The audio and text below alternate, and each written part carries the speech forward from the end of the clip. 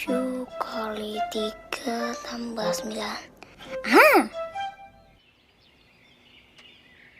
Doa sebelum belajar. Bismillahirrahmanirrahim. Raditu billahi rabba wa bil islami dina wa bi muhammadin nabiyya wa rasula. Rabbi zidni ilman warzuqni fahman. Artinya, kami ridho Allah sebagai Tuhanku, Islam sebagai agamaku, dan Nabi Muhammad sebagai Nabi dan Rasul. Ya Allah, tambahkanlah kepadaku ilmu dan berikanlah aku pengertian yang baik. 7 × 3 = 9.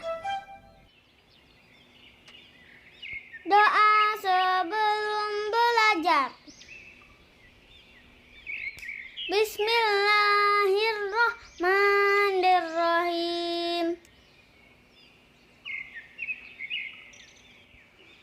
Raditu billahi rabba wa bil islami dina wa bi muhammadin nabiyya wa rasula. Rabbi zidni ilman warzuqni fahman. Artinya, kami ridho Allah sebagai Tuhanku, Islam sebagai agamaku, dan Nabi Muhammad sebagai Nabi dan Rasul.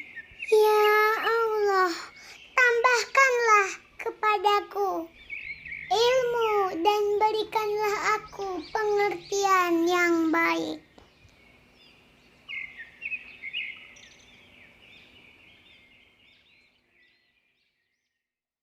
Assalamualaikum warahmatullahi wabarakatuh.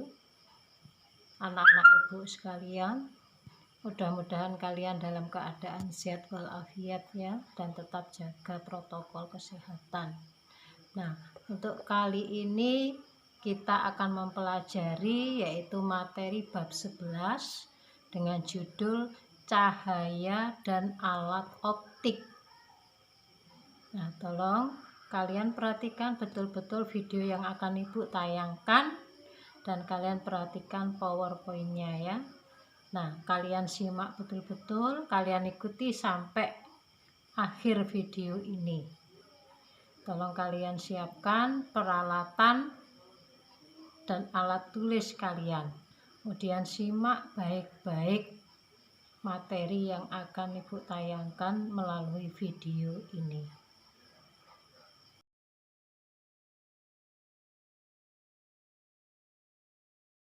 Cahaya dan alat optik.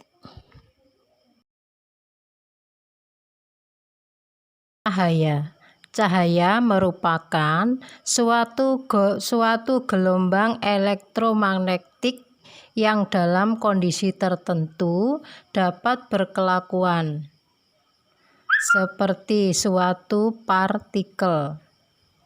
Sebagai sebuah gelombang cahaya dapat dipantulkan dan dibiaskan, serta mengalami polarisasi dan interferensi. 1. Sumber cahaya. Setiap benda yang memancarkan cahayanya sendiri disebut sumber cahaya. Contoh, sumber cahaya adalah matahari, lampu, dan lilin. Benda-benda yang tidak dapat memancarkan cahaya sendiri disebut benda gelap. Contohnya, benda yang gelap adalah planet, batu, dan kayu. Berkas cahaya. Cahaya yang biasa kita lihat merupakan kelompok-kelompok sinar cahaya atau disebut berkas cahaya. Berkas cahaya dapat digolongkan atas, berkas cahaya menyebar atau divergen, yaitu berkas cahaya yang berasal dari satu titik kemudian menyebar ke segala arah. Berkas cahaya sejajar yaitu berkas cahaya yang arahnya sejajar satu sama lain. Berkas cahaya mengumpul yaitu berkas cahaya yang menuju ke satu titik. Cahaya merambat lurus. Cahaya merambat lurus tanpa medium dapat melewati ruang hampa dan memiliki kecepatan. Salah satu bukti cahaya merambat lurus diantaranya adalah lampu yang menempati ruang ke segala arah, yaitu sumber cahaya memancarkan cahaya ke segala arah. Bayang-bayang benda. Bayang-bayang merupakan suatu daerah gelap yang terbentuk pada saat sebuah benda menghalangi cahaya yang mengenai suatu permukaan. Apabila bayang-bayang tersebut terhalang seluruhnya, terbentuklah umbra, yaitu bagian pertama bayang-bayang yang sangat gelap. Daerah di luar umbra menerima sebagian cahaya. Terbentuklah penumbra, yaitu bagian kedua bayang-bayang yang terletak di luar umbra dan tampak berwarna abu-abu kabur. Contoh penumbra dan umbra. Hukum pemantulan cahaya. Pemantulan cahaya, hukum pemantulan cahaya. Sinar datang, garis normal, dan sinar pantur terletak dalam satu bidang. Besarnya sudut datang sama dengan sudut pantul. Garis normal, sinar datang, sinar pantul.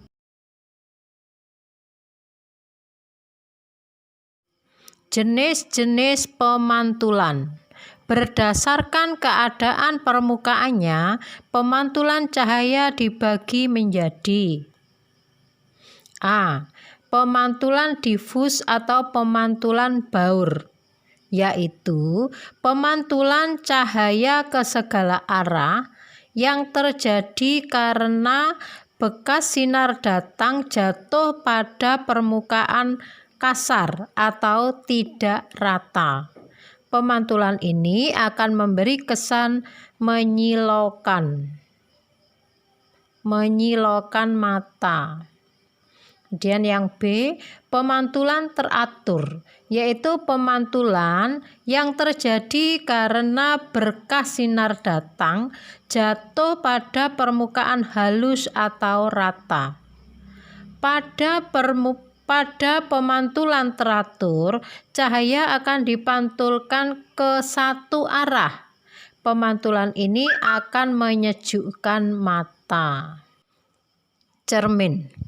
Cermin adalah benda padat yang salah satu sisinya halus dan mengkilap yang dilapisi amalgam perak sehingga mantulkan seluruh cahaya yang datang.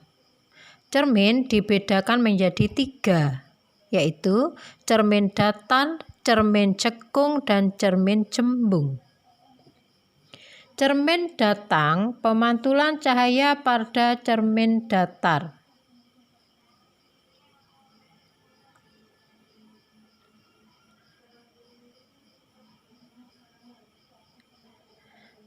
Sifat bayangan yang dibentuk oleh cermin datar adalah sama besar, tegak, berkebalikan.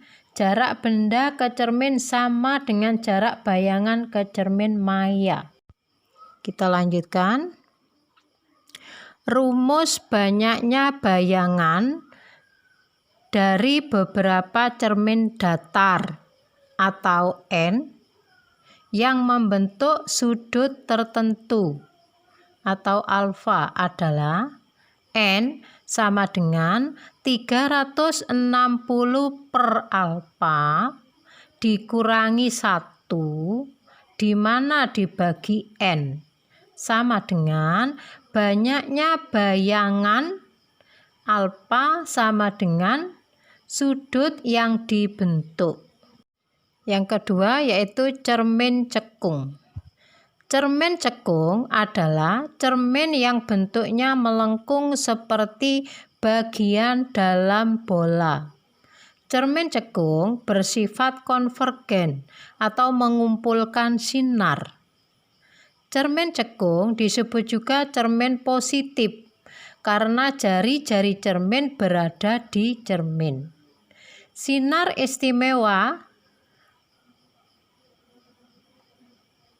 pada cermin cekung, sinar datang sejajar sumbu utama akan dipantulkan melalui titik fokus. Sinar datang melalui titik fokus atau F akan dipantulkan sejajar sumbu utama. Sinar datang melalui titik pusat kelengkungan cermin atau C akan dipantulkan kembali melalui titik pusat kelengkungan itu juga. 1 per F sama dengan 1 per SO plus 1 per SI. M sama dengan HI per HO sama dengan SI per SO. Rumus cermin cekung. Keterangannya, M sama dengan perbesaran bayangan. SI sama dengan jarak bayangan. SO sama dengan jarak benda. R sama dengan jari-jari kelengkungan cermin, di mana R sama dengan 2F. F sama dengan jarak fokus pada cermin cekung, nilainya plus. HI sama dengan tinggi bayangan. HO sama dengan tinggi benda. Cermin cembung. Cermin cembung bersifat divergen atau menyebar sinar. Titik fokusnya bernilai negatif. Sinar-sinar istimewa dari cermin cembung dibagi sinar datang sejajar sumbu utama. Cermin akan dipantulkan seolah-olah berasal dari titik F. Sinar datang seolah-olah menuju titik F akan dipantulkan sejajar sumbu utama. Sinar datang ke titik M dipantulkan kembali ke titik C itu juga. Sifat bayangan yang terbentuk dari cermin cembung selalu menyebar, tegak, dan diperkecil. Rumus cermin cembung F sama dengan min dalam kurung R per 2 tutup kurung, 1 per F sama dengan 1 per SO plus 1 per SI. M sama dengan SI per SO atau M sama dengan HI per HO, di mana F fokus atau titik api bernilai negatif. R sama dengan jari-jari atau pusat kelengkungan.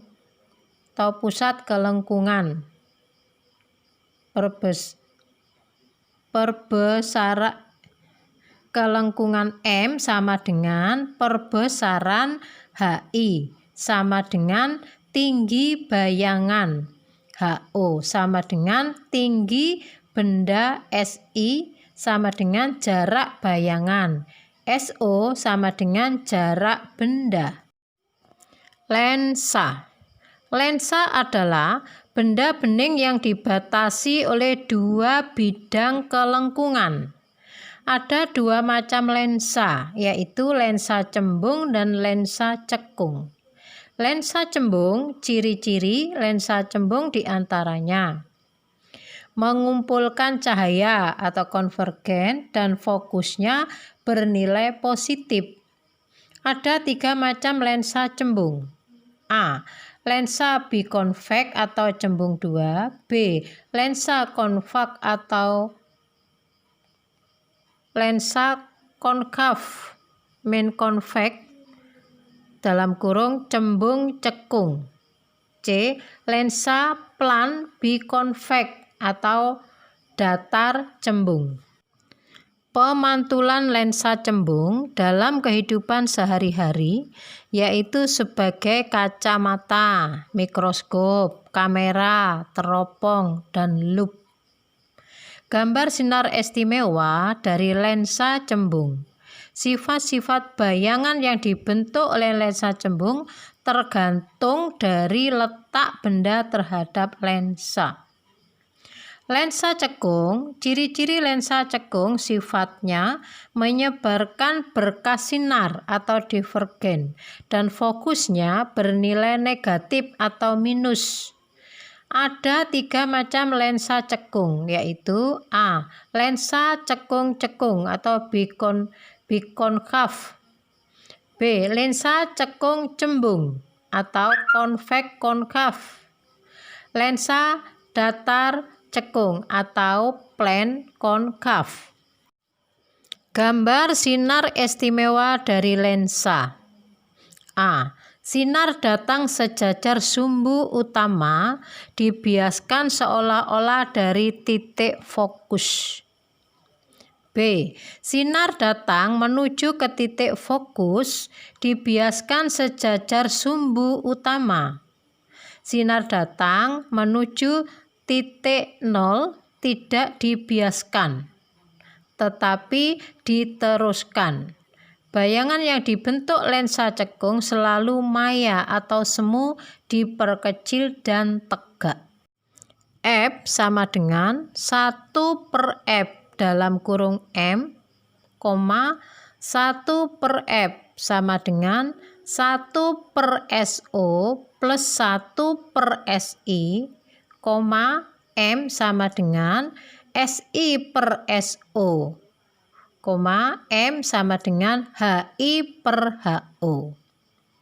Rumus lensa cekung F sama dengan 1/F dalam kurung M, 1/F sama dengan 1/SO plus 1/SI. M sama dengan SI/SO. M sama dengan HI/HO. Keterangan: M sama dengan perbesaran bayangan. SI sama dengan jarak bayangan. SO sama dengan jarak benda. R sama dengan jari-jari kelengkungan cermin, di mana R sama dengan 2F. F sama dengan jarak fokus atau buka kurung pada cermin cekung nilainya plus tutup kurung. HI sama dengan tinggi bayangan, HO sama dengan tinggi benda. P sama dengan 1/F dalam kurung M atau P sama dengan 100/F dalam kurung sentimeter. Kekuatan lensa. Daya atau kekuatan lensa adalah kemampuan lensa untuk memancarkan atau mengumpulkan berkas cahaya. Kekuatan lensa dapat dirumuskan dengan P sama dengan 1/F atau meter, atau P sama dengan 100/F atau sentimeter, di mana P daya atau kekuatan lensa dioptri, F sama dengan fokus lensa. Catatan: untuk lensa cembung, P bernilai positif Untuk lensa cekung, P bernilai negatif. F dalam kurung meter untuk fokus lensa dengan satuan meter dalam kurung M, F dalam kurung sentimeter untuk fokus lensa satuan sentimeter. Alat optik. Pengertian alat optik. Alat optik merupakan alat yang bekerja berdasarkan prinsip cahaya. Alat optik digolongkan menjadi dua jenis, yaitu alat optik alami dan alat optik buatan. Alat optik alami adalah alat optik yang tidak dapat dibuat oleh manusia, contohnya mata. Sedangkan alat optik buatan adalah alat optik yang dibuat oleh manusia untuk mengatasi keterbatasan dalam menjalankan fungsinya, contohnya teropong, lup, dan mikroskop. Kita lanjutkan. Macam-macam alat optik. Mata. Mata merupakan salah satu contoh alat optik. Karena dalam pemakaiannya, mata membutuhkan berbagai benda-benda optik seperti lensa. Bagian-bagian mata. Kornea adalah bagian mata yang melindungi permukaan mata dari kontak dengan udara luar. Iris. Iris adalah selaput tipis yang berfungsi untuk mengatur kebutuhan cahaya dalam pembentukan bayangan. Lensa. Lensa adalah bagian mata yang berfungsi untuk memfokuskan bayangan pada retina. Retina berfungsi sebagai layar dalam menangkap bayangan benda. Di tempat ini terdapat simpul-simpul syarat optik. Otot siliar berfungsi untuk mengatur daya akomodasi mata. Cacat mata. Cacat mata atau aberasi adalah apabila daya akomodasi lensa mata telah berkurang. Mata yang normal, emetropi, memiliki titik dekat pada jarak 25 cm dan titik jauh pada jarak tak terhingga. Ada beberapa cacat mata, diantaranya yaitu rabun jauh atau miopi, rabun dekat hipermetropi, dan mata tua atau presbiopi. Rabun jauh atau miopi. Rabun jauh yaitu mata tidak dapat melihat benda-benda jauh dengan jelas. Disebut juga mata berpenglihatan dekat, terang dekat, mata dekat. Penyebab timbulnya miopi karena terbiasa melihat sangat dekat sehingga lensa mata terbiasa tebal. Miopi sering dialami oleh tukang arloji, penjahit, orang yang suka baca buku atau disebut juga kutu buku, dan lain-lain. Mata miopi bisa ditolong dengan kacamata berlensa cekung atau negatif.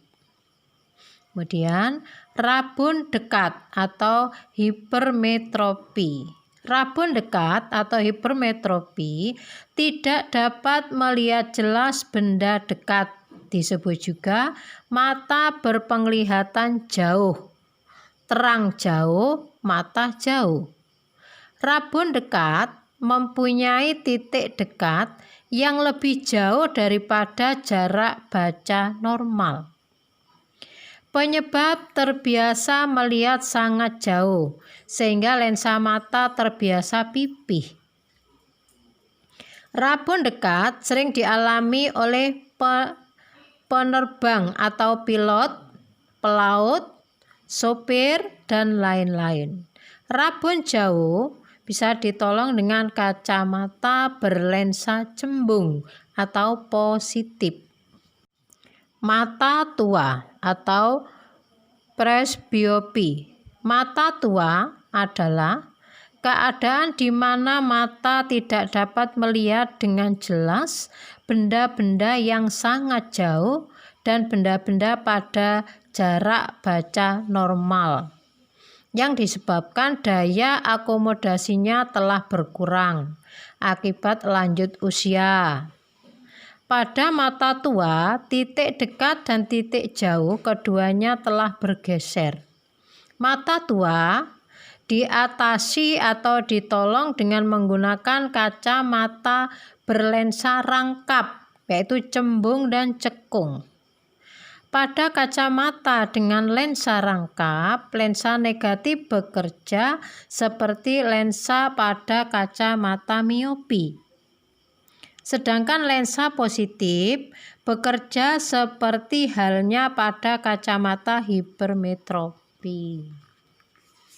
Kita lanjutkan kamera. Kamera merupakan alat optik yang dapat memindahkan atau mengambil gambar dan menyimpannya dalam bentuk file, film maupun printout. Kamera menggunakan lensa positif dalam membentuk bayangan. Sifat bayangan yang dibentuk kamera adalah nyata, terbalik, dan diperkecil. Bagian-bagian dari kamera secara sederhana terdiri dari lensa cembung, loop. Loop adalah alat optik yang memiliki fungsi untuk memperbesar bayangan benda. Lensa yang digunakan adalah lensa cembung. Bayangan yang dibentuk oleh loop memiliki sifat maya, tegak, dan diperbesar.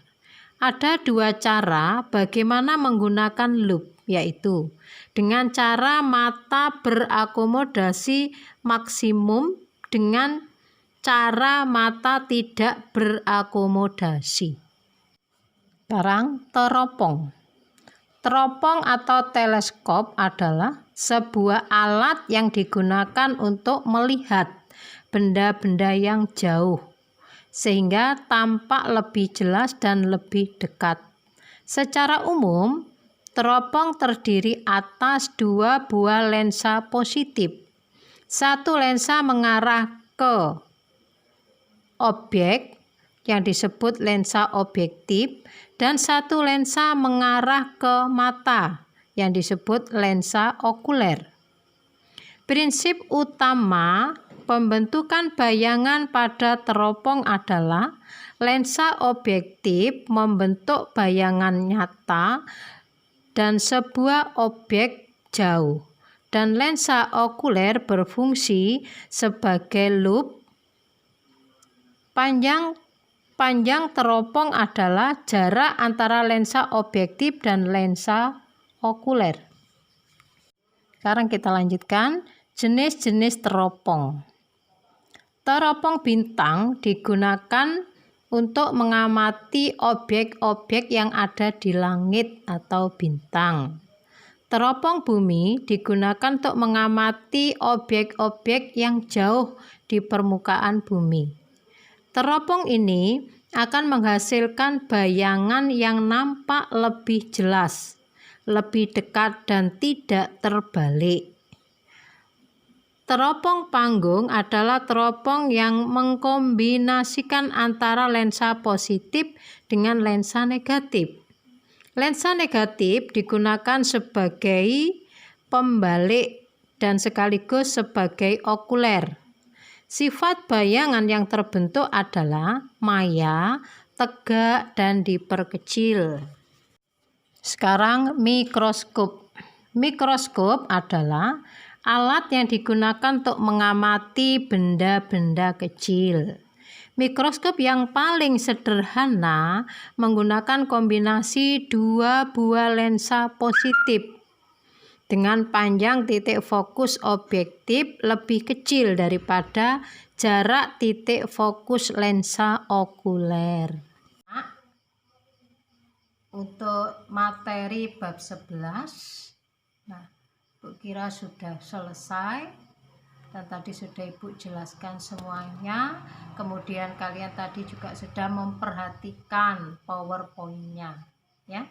Nah, tolong kalian pelajari dan nanti minggu depan akan Ibu beri tugas tentang materi bab 11, ya. Nah, udah.